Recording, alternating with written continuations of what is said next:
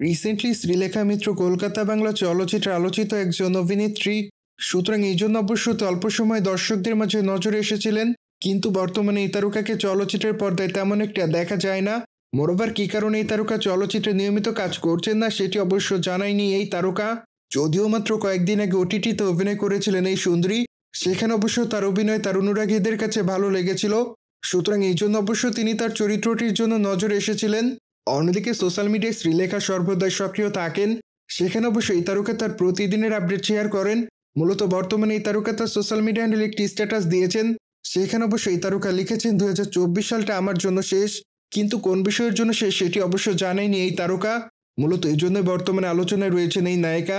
সেই সাথে তার পোস্টের কমেন্ট বক্সে অনেকে জানতে চায় কি হয়েছে তোমার, কিন্তু আবার অনেকে লিখেছে তুমি কি আর চলচ্চিত্রে কাজ করবে না।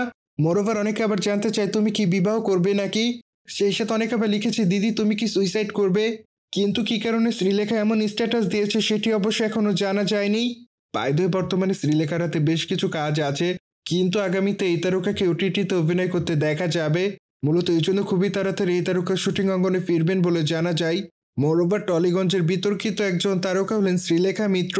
কেননা এই তারকা যাই করেন না কেন সে বিষয়টি নিয়ে বিতর্কের শিকার হয়, কিন্তু বেশিরভাগ সময় এই তারকা সোশ্যাল মিডিয়ায় ছবি আপলোড করার জন্য সমালোচনার শিকার হয়। মূলত এই তারকা সেখানে খোলামেলা পোশাকের ছবি শেয়ার করে, কিন্তু যাই হোক সে সকল বিতর্ককে এই নায়িকা সেভাবে গ্রহণ করে না।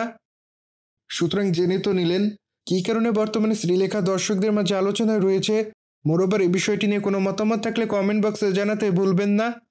চ্যানেলটিকে সাবস্ক্রাইব করে আমাদের সাথেই থাকুন আপকামিং আপডেট জানার জন্য।